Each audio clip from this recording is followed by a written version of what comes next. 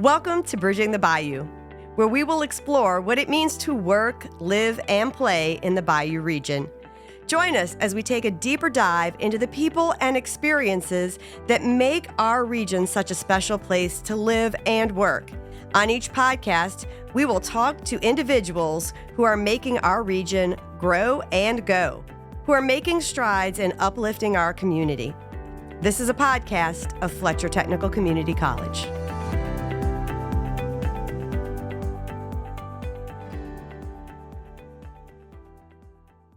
Happy Mardi Gras. Welcome to Bridging the Bayou, a podcast of Fletcher Technical Community College. I'm your host, Chancellor Christine Strickland, and I have my favorite fellow extrovert in the studio with me today, Ms. Mary Chauvin, who is joining us today to talk a little bit about your business as well as your community involvement. And so excited to have you on the show with us. Welcome. Thank you so much. I'm so excited to be here. This is my first podcast, so let's see how this goes. All right. I'm excited to be doing it. Let's get it off the ground. So I know that some folks around here have shared with you sort of our format. So we're going to start with my favorite, which is the 5 and 5, where we get to know you a little bit better. We're going to start off with a real easy one. Tell us a little bit about what inspired you to start your business. She is the founder of the Etiquette Center of the South. So tell us what prompted you to start this business? So that's a twofold question. And the first part is my daughter Melanie, if anybody knows Melanie Boudreau out there, Dr. Boudreau from Nichols. She was in 8th grade and she had her first date, and her date was to the band dance. And the little boy came to pick her up, and the mom and the daddy came. I knew the mom and the daddy. She was dressed, the way she should have been dressed to go to a dance, her first date. And she was walking to the car.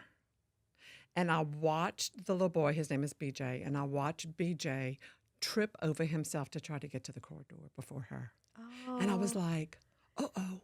I forgot to teach her this part of, she was entering a whole nother world, and I forgot to teach her how to let him have chivalry, let him open the car door. And then I thought, oh my gosh, they're going to eat. Does she really know when to put the napkin on the lap, what fork to use, that kind of stuff. So that was heavy on my mind, Christine. That was heavy on my mind. It stayed on my mind for a long time. I looked for a place to send her and my son, Michael, and I couldn't find a place to send him. And I kept talking about it, obviously, because my husband finally said, why don't you do this? And I went, yeah, that's a great idea. I can do that. I can teach. I was a teacher. Okay. Right? And so I'm like, yeah. And I had already written a curriculum for the class I was already teaching. I thought, I can do this. And so that's how I got started. And I went to etiquette school even. Wow. There was a school at the Protocol School of Washington in Portland, Maine. And it was a week-long training over there. And I am a trained and certified etiquette consultant. Fantastic. Well, we're going to talk a little bit about that a little bit later. Mm-hmm. So tell us about a book that's had a significant impact on you. So I actually was thinking about this one. And what I would like for you to know is I'm not a big reader. Okay. And so actually during COVID, what I did was at the encouragement of one of my friends, Susan, I was encouraged to start a book club. And I said, well, how can I start a book club if I don't even like to read books? So, and I did, because I missed people during COVID, you see. Yeah. So I was like, oh no, I'm going to start a book club because I just want to be around them. So we sat 6 foot apart. We had 4 of us. We sat 6 foot apart. And the first book we read was I'm not going to be able to remember the name of it, but it was the one that they made into the movie. Where the crawdads. Yes. Good one. So Good I'll go ahead and say that's my favorite. All right. Because of my book club that I don't read books with. Yeah. But you know what? That's a wonderful social activity, right? A lot of times we think about reading as sort of this by yourself, individual, and it really can be a social experience. I have a group of friends who live near each other. They live out of state, but they get together once a month. And what the book they pick, they prepare a meal that is along the theme of whatever the book is. How fun. And they always are posting pictures about these really fun meals and what book. And I just think that that's such a wonderful social activity for many of us. So good for you for starting that. That's great. And it's still going on, and all we do now is go out to eat. And okay. Two of them read, two of us don't. Oh, well, they can tell you about the book that they're reading. All right, tell us a little bit about a life lesson that you've learned that you wish you would have known when you were younger. So probably one of the things that comes to mind is every little thing that you do really does make a big difference. And it could be for the positive or the negative. And when I was younger, I didn't realize the impact that I had on people and on the influence that I have. And now hopefully I realize that a little bit more and that I'm more mindful of how the things I do and the things that I say. Wonderful. Little things make a big difference. Excellent. Mm-hmm. All right, so how about unwinding and recharging your batteries? What do you do? So, okay, I'm from South Louisiana, right? Okay. So what I like to do is have a glass of wine All or right. an old-fashioned. And because it's winter, I do it in front of my husband, and I do it like I wait till 5 o'clock and I make him wait till 5 o'clock. Okay, it's 5 o'clock. Now we can make the old-fashioned. And we go sit in front of the fireplace now because it's winter. And in the summers, we go sit on the back screen porch. Or Very whenever weather nice. permitting, because we love being outside. Yeah. And so that's what we like to do. That's That's how I unwind, believe it or sounds not. like, That's really that sounds like a good unwind to me. That's what for I do. sure. Mhm. All right, last 5 and 5 is there anyone out there who has had a big influence on you, that mentor or personally or professionally, that you'd like to give a shout out to? So there have been quite a few people that have crossed my path, a lot of people. And people are so generous with knowledge and with sharing expertise. And I reached out to a lot of people. Probably one of the biggest benefits was from when I entered the healthcare world with my business, which that was a journey to. I don't even like hospitals, and I'm working in healthcare, okay? And so, but through the encouragement of Teresita McNabb, if anybody knows Teresita at Terraform General, she just kept, you can do this, you got this, and helped me spread my wings in that field. And I've been working in healthcare now for like 16 years, since 2009. Oh, fantastic. And it's something I trained all across the state of Louisiana Amazing. because of her saying that to me. Isn't that wonderful to have a mentor?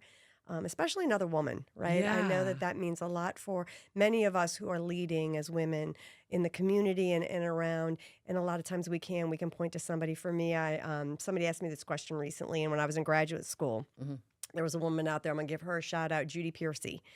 And she was single woman, but she was kind of at the top of her game in higher education. And she was firm, but she was kind, and she always took the time to encourage other women and to help lift them up and to help say, maybe zig when you should zag or zag when you should. Right. And it was just her guidance. I don't even think she knew that she was serving as a mentor to so many of us, but just watching her and being that role model has made a significant difference. So you're very lucky. And That kind of circles back to what I just said, that little things make a big difference. You're And right. sometimes you don't even realize that what you're doing is really has the impact to change people and situations. Well, look, let's talk a little bit about etiquette. And talking about changing people and small things making a big difference, right? For those of us who don't know what the forks and spoons all mean, we'll get to that maybe in a little bit. But talk to us about why is etiquette so important? Why are you so passionate about it? So what happened, which was the second part of why I started the business, was like I said, I was teaching school, and I was a early childhood specialist. So I had like 4 and 5-year-olds, and I did it for about 20 years. And I would see the kids come in over the course towards the latter part of those years, and they just didn't have, like, I'm gonna call it basic home training. That's what I'm gonna call it. Like, I saw a change in behaviors. And I thought, oh my gosh, no. You're not gonna like run into people and not say, excuse me. Yeah. And so I was like, I gotta start training that here, because they weren't getting it anymore. So that kind of went in with the etiquette. And so it's funny because I started teaching kids out of my living room. Okay. And then the parents of the kids, after doing that for about 2 summers, said, hey, Miss Mary, can you come do this for my business? And I was like, okay. And so then I got into the business world, and I fell in love with big people, by the way. And then when I was working with the businesses, I was like, wait, they lacking what I was teaching the 4-year-olds and the 5-year-olds, the little behaviors, the little mannerisms, which now they actually getting, like when they go through their evaluations at work, they are getting judged and getting evaluated on those little things. Like, are you a team player? Yes. How do you communicate? How do you handle conflict? I was teaching all that to the kids. Yeah. What, how do you dress? Mm-hmm. Like your first impression, all that, Yeah. Christine. And so I'm like, wait, it's the same thing. It's the same thing. And then I realized that people all need reminders, even me. So I teach what I need to learn. I'm not if you think of an etiquette lady, I'm really not that lady, because those of you who know me know this. So I teach, I have to practice what I preach, and I have to teach what I learn too. And so I tell people this. I said, I go into organizations and I'm like, what's your turnover rate? I ask the owners that, what's your turnover rate? And if they say it's a low turnover rate, then I know that they have good leadership. And I know that all they're really looking for is to get pencils sharpened. So Gotcha. that's does that make sense? That's a great way to say that. It makes sense because we all need our pencils sharpened.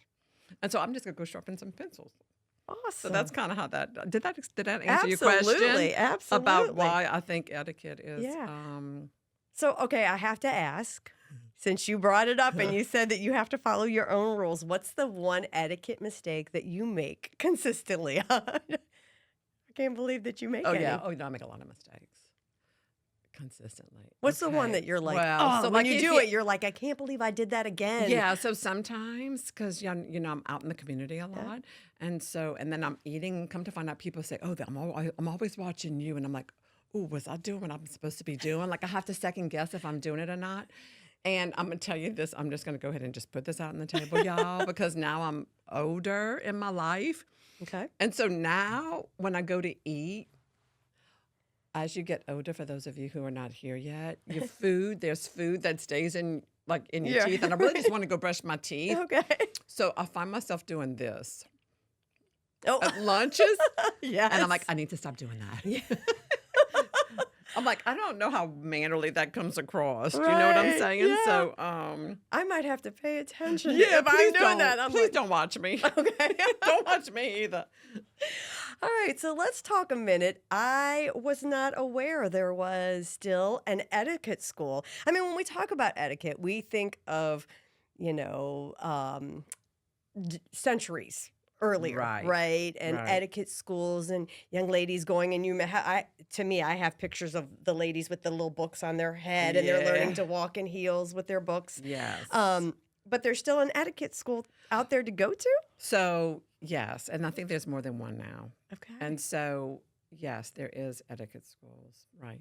Yeah. What tell me a little bit about what do you learn? Do you go to you go to classes and there's a class on utensils and there's a class on not doing funny things with your mouth?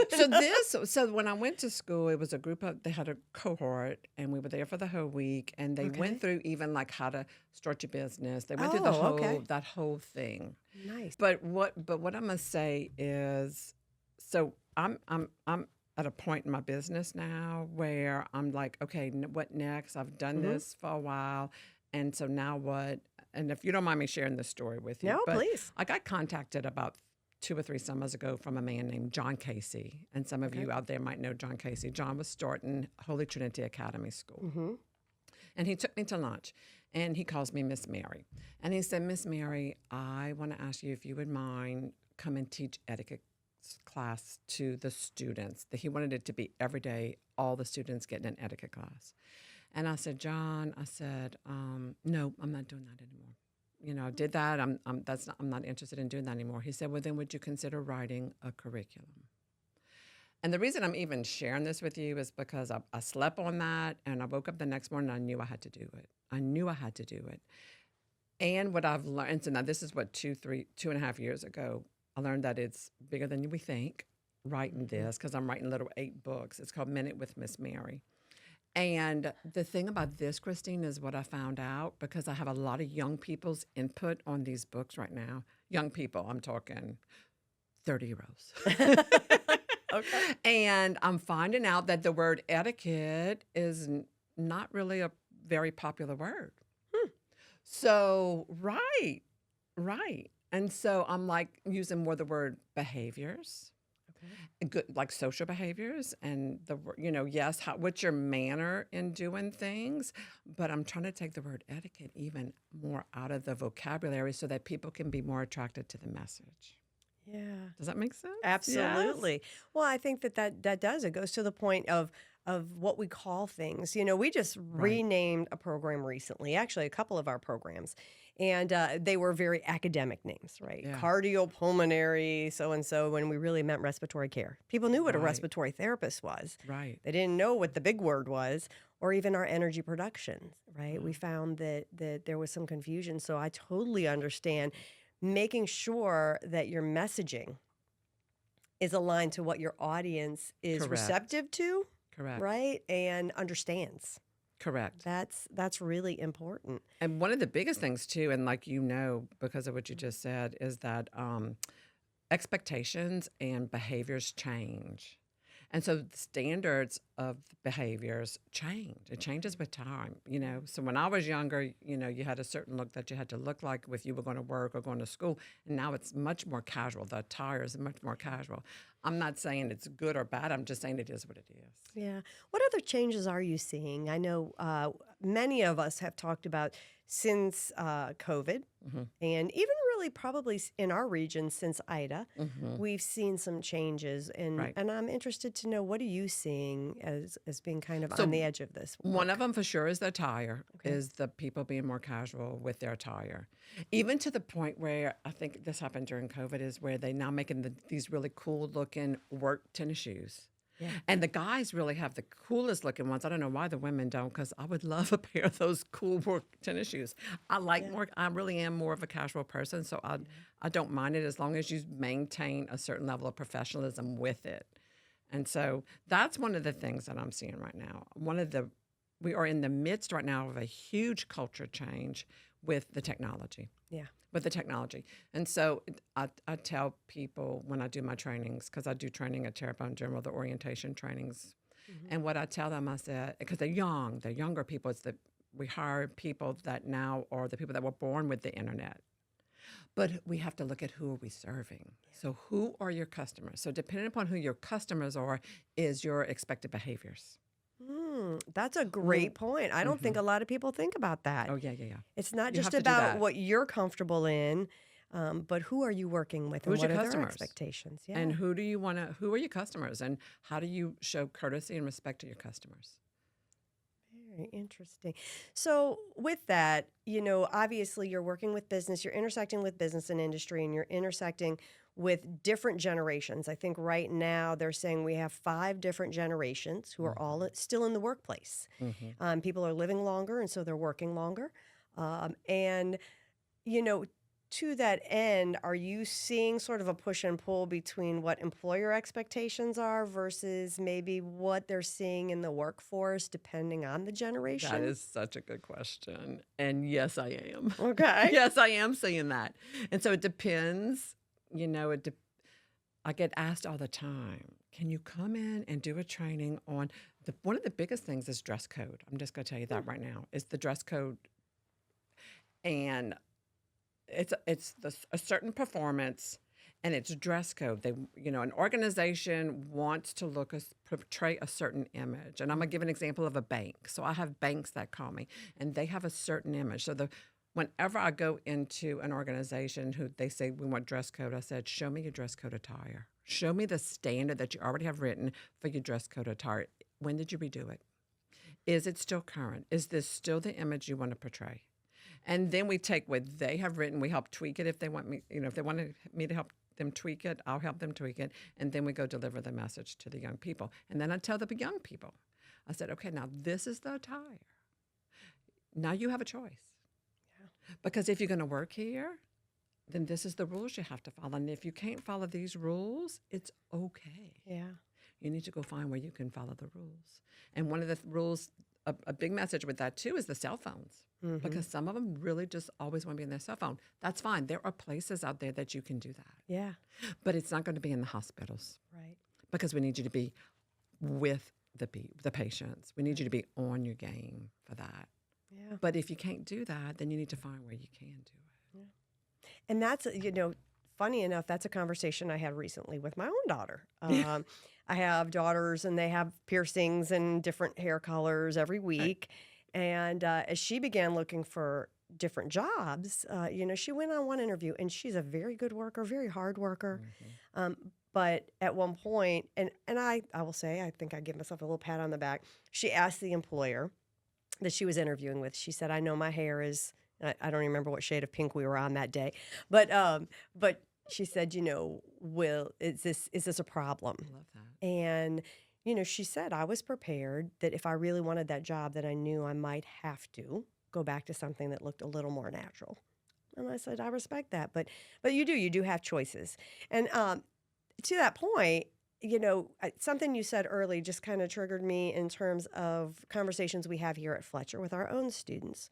We talk to them about coming to class dressed like they would be going into their career of choice. I remember I had to do that. I was a teacher education major, and when I started my professional teaching courses, they said, we want you to come in like you would be dressed for your classroom. But even for us in the technical fields, we tell students we need for you to come in prepared with your PPE, right? With the right equipment. Don't come in wearing flip-flops and think you're going to be able to go into a shop lab, right? So making sure that those things are aligned. But we hear from business and industry partners that that's an area that they're struggling with. And somebody said, oh, we need help with the soft skills. And I came back to them and I said, those are actually sometimes the hard skills these days. Right. Because like you said, people are attached to those phones. They just have a different idea of what work looks like. And sometimes that isn't really aligned with what the industry needs. And so it sounds like that's a lot of what your focus is when you work with these partners. Is that right? Exactly what I do.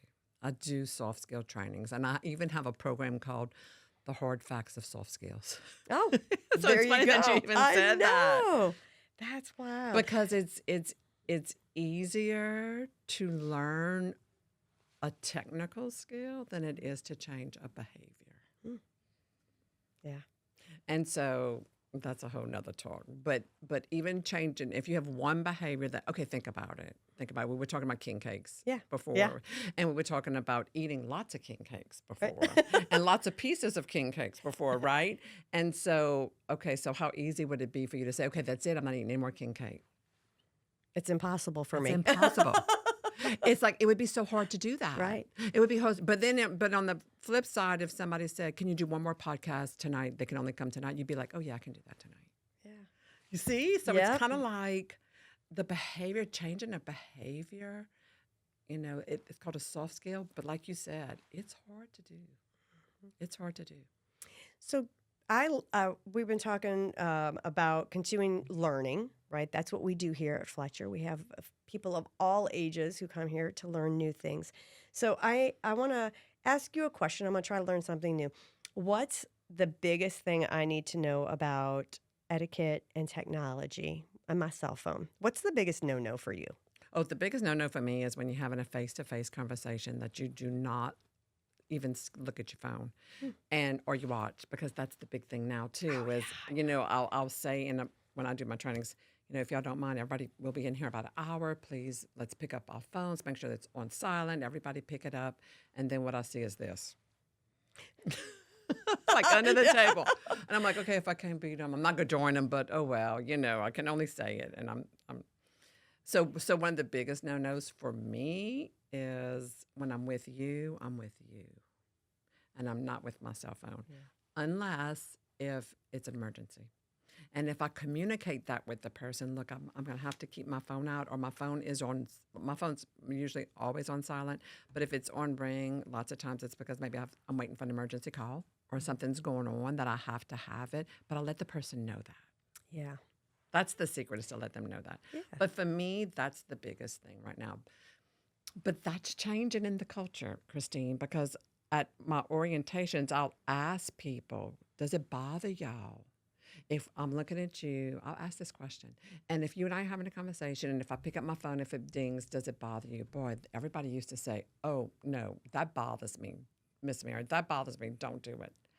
Now, not so many people are bothered by that Really? anymore. the young people saying, yeah, I don't care. I mean, it's okay if you check your phone. So I'm having to, first of all, get over that shock. Because I'm a little shocked by that. Wait, what? Yeah. That is one of the biggest cultural changes that's going on. And I would almost say, I think sometimes it's the recognition, because sometimes we don't even realize. I'm a tattletale on myself here real quick, because you're talking about the watch. So probably, I don't know, a year or more so ago, I was very much with you. Like, I'm going to stop bringing my phone in to meetings. And then when I had it with me, I was putting it face down. Right, so that I would be present with the person. But I do have one of those watches, and it was brought to my attention because I was at a meeting, and I was with some of the older generation, and my watch was going off and the person who I was with across from me turned to the people we were talking to and said, she has a watch that is attached to her phone. That's why she keeps looking at her watch. Ooh. And they realized they probably thought that I was watching the time, that I was shortcutting them by watching the time. I was so embarrassed, but it didn't even like hit me in that way until the person said it. Now, the funny end of that story was they were like, wait, what? So we had to take off our watch. They wanted to try it. They were like, call me on the watch. We want to see how it picks up. And it turned into something very fun and lighthearted, but right? What a good learning experience. But it was for me. And again, it was this little thing that I think I was just used to. And it goes to your point about who's your audience. Mm-hmm. Right? That this was, I was speaking with people where that was not a generational, people wearing watches that were attached to their phones and were dinging all the time, right? So it's just, it's important to be mindful, I think, of those things. So I want to ask, for those who are out there, and I know we've got some folks who join us regularly with the podcast who are raising children. Maybe they are in the earlier 5, 6, 7 or preteen years. Is there anything that you would suggest that they could incorporate in their home that would help instill some of these social behaviors, not etiquette, right, that they could start practicing at home? So that's why I'm writing Minute with Miss Mary. All right. That's exactly why. Because it's something I would have wanted. Yeah. When I was raising my children, because we forget little things, okay? And so what I'm writing, so truthfully, this question's a great question. So I'm writing, I'm doing it for schools, but it's really for even home use. Okay. It's really written for, y'all ready for this? For some of the teachers. And it's really written for some of the parents. So it's really a universal message. So here's an example. So the first book is called Going from Shy to Sure in Minutes. And it's about how you project yourself. So what's your first impression? And think about that. That is so important, even when you go for a job interview. That's even important, like when we're doing right now, what we're doing right now. It's nonverbal communication. I'm also certified in nonverbal communication. So I do body language. That being said, a lot of that is in that first book. The next book, the second book, and it's little bitty tips, is a tip a day. I would love, like, I know for me, when I was a parent, a young parent, I would love to have, like, turn the calendar. Okay, what I'm going to teach today. Okay, this is what we're going to work on today. Okay, tomorrow we're going to work on this. You see what I'm saying? Yeah. That's kind of I would have loved that. Oh, wouldn't it be great? How about if you even would do it with your teachers here or your school here on the microphone? Hello, everybody. Today we're going to work on making eye contact in the hall. Everybody make eye contact in the hall. See how many eye contacts you can get. How many hellos can you get tomorrow? Yeah. You see that kind of stuff. Yeah. And we do some of that here at Fletcher through our cultural values. Love it. So we talk about, we don't maybe break it down in the way you just did so beautifully, but we talk about, for instance, respect. How do you show respect? Well, if you walk into my office, I'm going to look up from the computer. I'm going to make eye contact and I'm going to greet you. Correct. And say hello.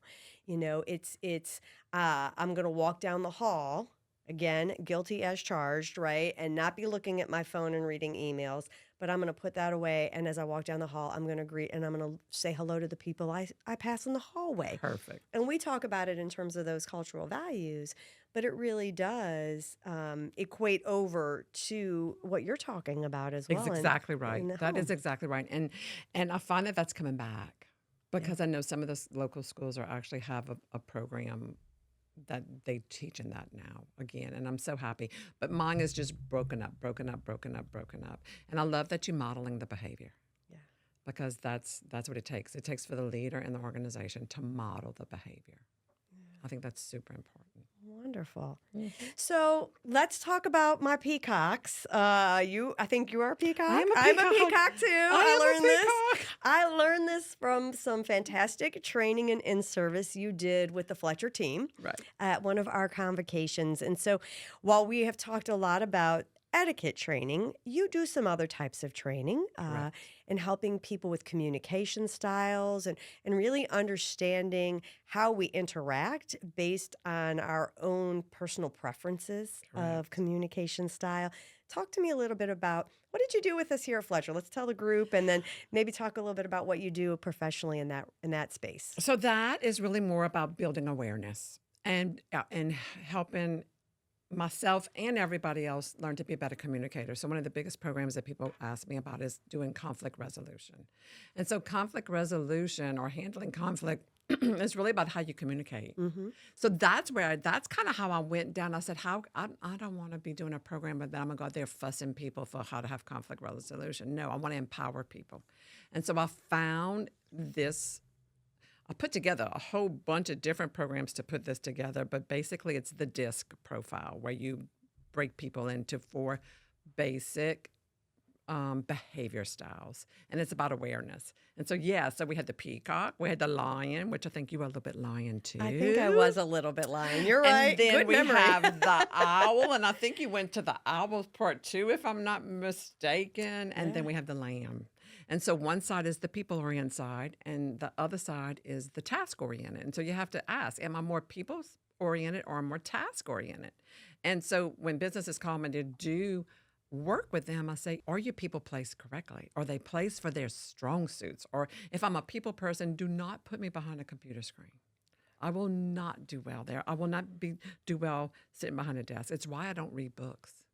Because I'd rather be with people and I'd rather be out there. I'm a doer more than I am a beer, but I need to be more of a beer. I need to bring that in too. I need to balance, but that's another story. But anyway, that training over here was really, really fun. And I find it leaves the biggest for years and years and years after people talk about that training. Yeah. People are still talking about that training here on campus. And if you come up into my suite area, you will see somebody made little graphics, what each of us are, and it's on our windows. So that as soon as you walk into my office, you know that I'm going to be a peacock and maybe a little bit lion. But it again, is that awareness that it's brings. Awareness, and it helps you communicate better with the person. And if you can communicate better and understand them better, you're going to be less likely to engage in some kind of conflict because you're going to understand better. So actually, I did this training in hospitals, for leadership teams in hospitals. And one of the biggest organizations who did it was the big Lafayette group. And what they did was they even like you walk into their office, it's like on their door. I am the peacock. Make sure to tell me you like my jewelry today, or that that you like my jacket. Make small talk with me, okay? Because that's what peacocks thought. Or I am the owl. Make sure you're going to anticipate the questions I have that I'm going to ask you, and get ready just for me to be able to give you some answers, and then you can just go about your way. So it's really interesting. Yeah, and what I love too, and you just mentioned it, is that alignment. I've worked with many people over the years, and what I have found is that sometimes people who are maybe what we would consider underperforming, or, some people might say a low-performing employee, a lot of times it came down to just not being in the job that was best aligned to how they communicate or how they operate. One of my not favorite, but just highlighted stories. We had an individual who is very outgoing, loved people, loved the social environment. We had them in a role where they were in a closet, basically filing papers all day. And then we had someone who was very rigid, very focused, very much wanted organization. And if you came to them and you didn't have all of your ducks in a row and everything organized, you were not going to quite get the experience you were hoping for. That's right. And do you know what we did? We flipped them, and it changed the whole dynamic of that unit. Because the social person then was able to interact and socialize and do the sha-sha, come Yeah. see, we're going to take Yeah. care of you. And the other person got to spend time with the organization and making sure. And it was amazing. The one individual, I still remember, you could walk in and say, I needed a student file from 1970, and I think they were enrolled here in the fall. And that person could put their hands on that student's file in a matter of minutes. That's something. But it was really making sure that the work they were doing was aligned to their strengths and Yep. preferences. And that's exactly, it sounds like, what you're talking about. Well, and Christine, that's what good leaders do. Yeah. Good leaders are open to that, and good leaders want the best for the organization, and that's your people. And that's what a good leader does. Pat yourself on the back. Well, thanks. This is twice now in one podcast, Pat y'all. yourself I'm on the doing back. really well Good for here. you. Well, I do want to talk about, not only do you run a very successful business, obviously, in our region and have had a huge impact on so many people, whether it's business and industry or children.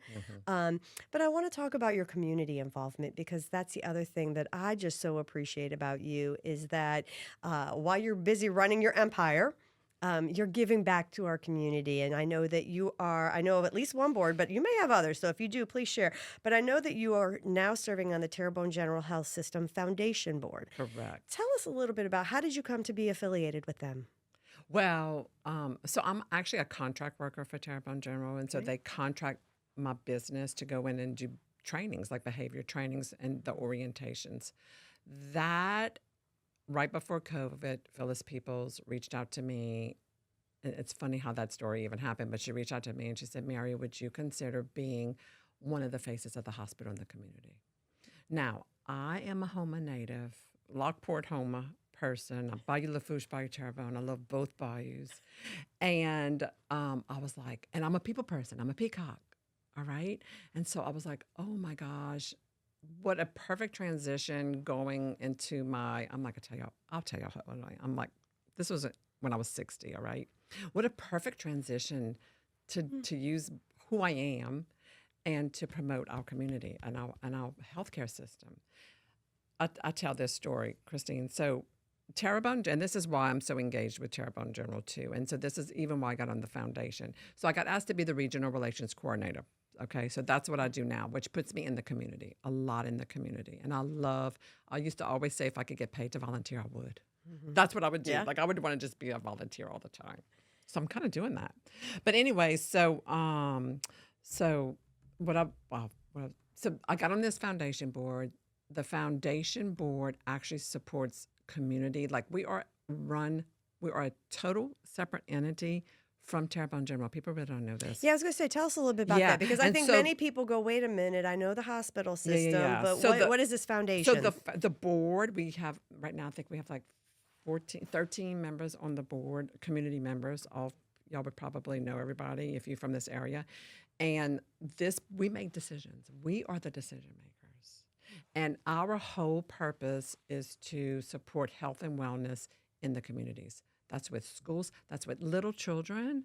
We take care of like the NICU 3. We support the NICU 3 in Terrebonne General, which is a whole nother story that Missy and I just had a conversation about. We help and assist school-age children. We do mothers in the hospitals. We do like all kind of things with the new mothers.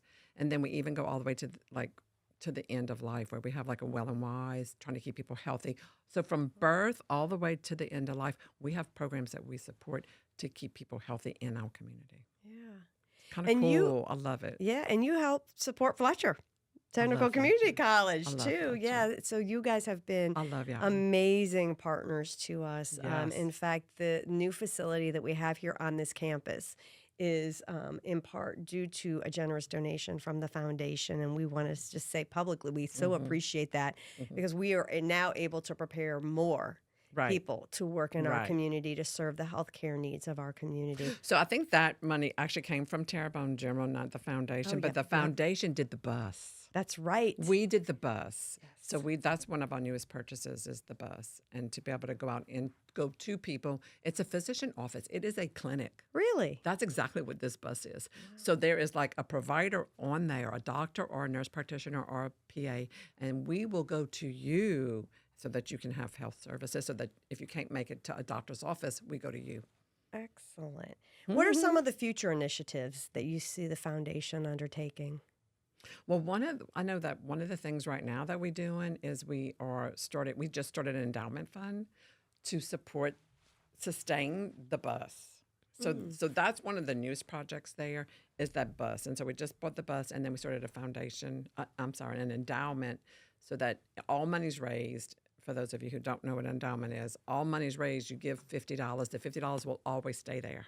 And we will only use the interest to help maintain the bus and the operations of the bus. So that's the newest initiative. Does the foundation do things with Mary Perkins? Yes. So we are actually that's going through transition right now. And so Mary Perkins also has a foundation. Okay. It's tied a lot to Baton Rouge, but we kind of like bringing it all under the umbrella of the Foundation for Terrebonne General. So it's one scope. Fantastic. So that's in the process right now. Other community organizations you're involved Yeah. in? Yeah. Want to give some shout outs? So I am the president. Oh, I am the okay. incoming president for the Homa Terrebonne Rotary Club. And I am super excited. Congratulations. Come to find out, I love Rotary. You know, I joined later in life, and I just love Rotary. And so that's fixing to keep me super busy, but I'm excited to be doing it. What are your goals for the year? Have you set goals No, yet? nothing yet. Okay. Nothing yet. Nothing. Wow. Well, that's great. Well, Isn't that congratulations wonderful? to you. I did am not so realize. excited about that. We are very good. Yes. Well, I'm gonna pivot to some other personal things, All right? So right. first of all, we were having a conversation before we got started about king cakes and Mardi Gras. I know that we are both big Mardi Gras people.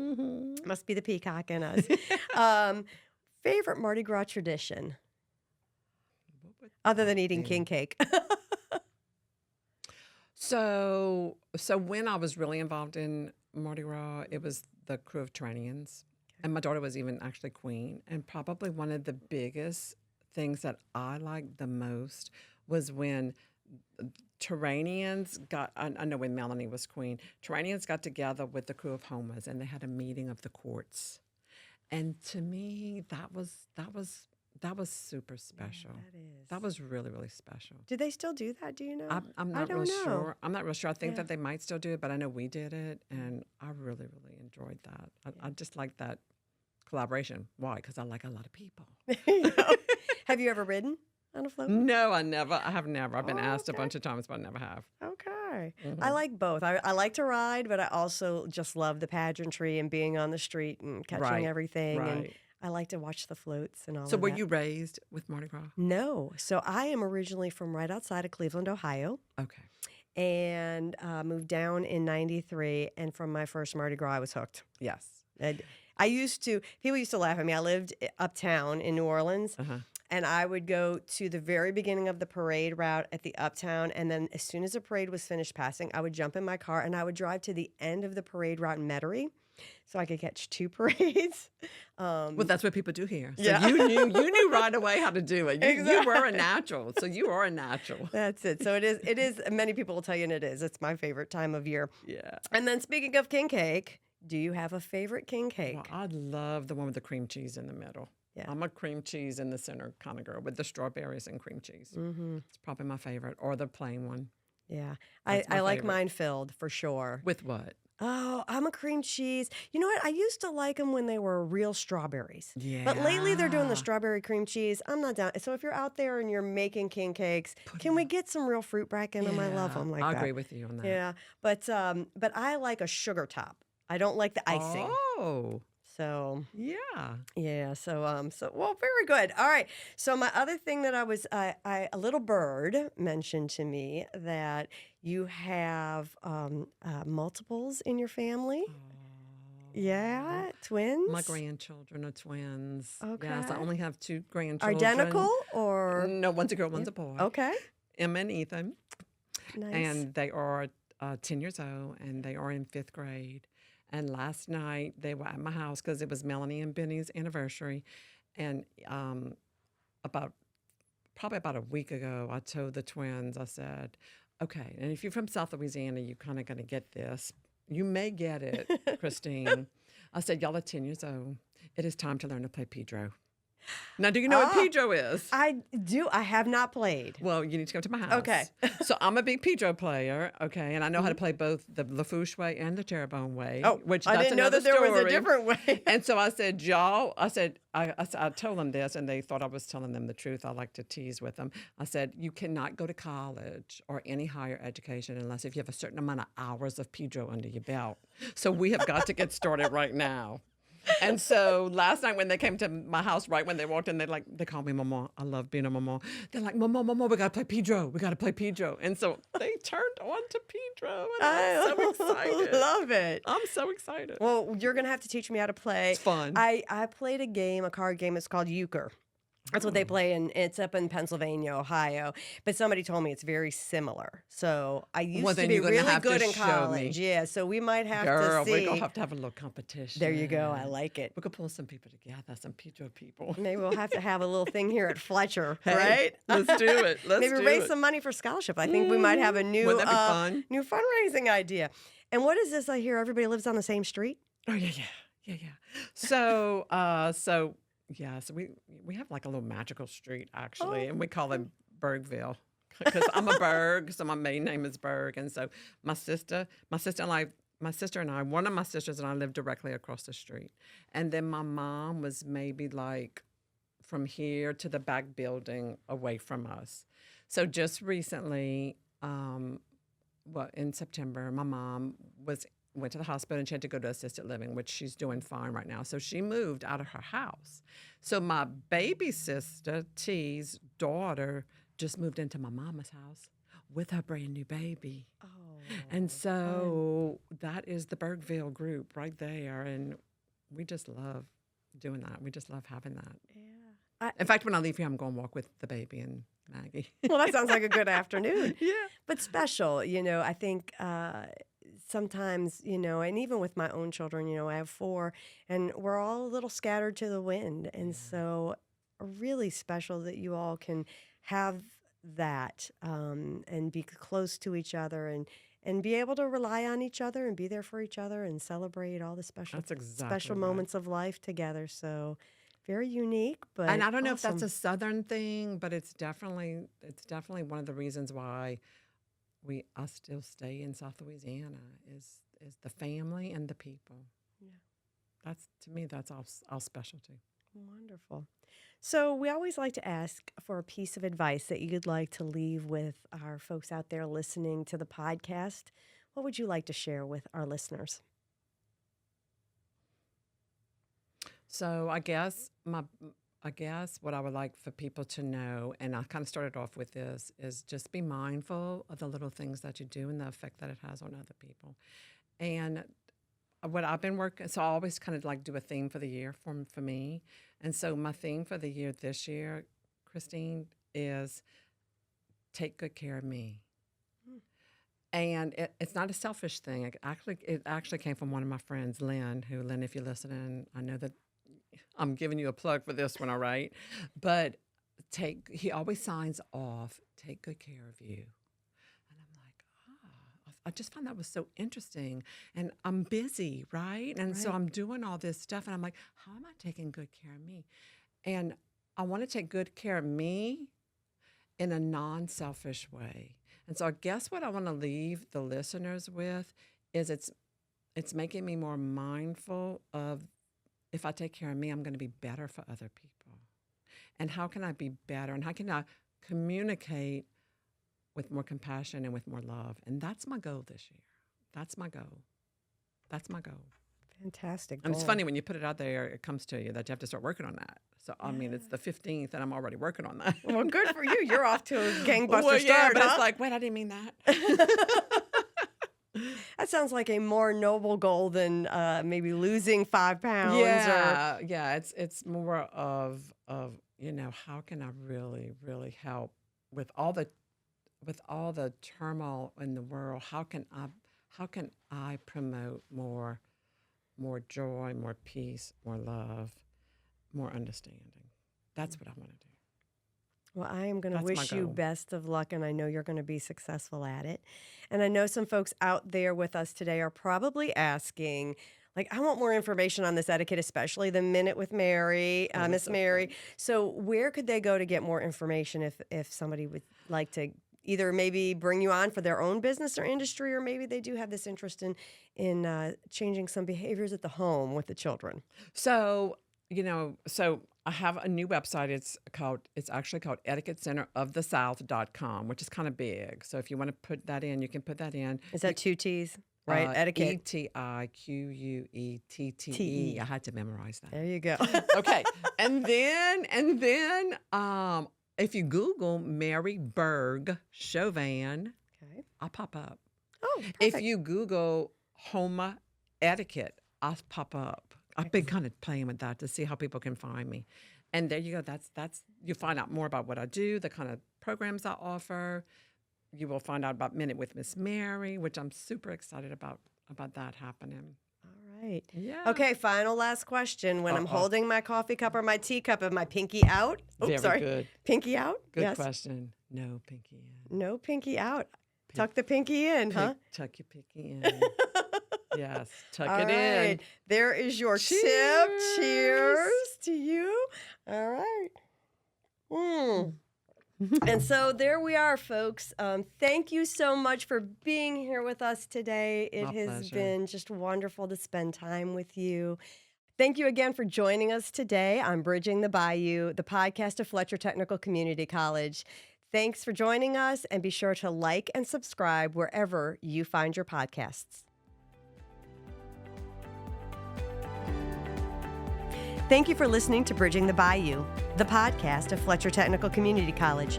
Be sure to like and subscribe wherever you get your podcasts.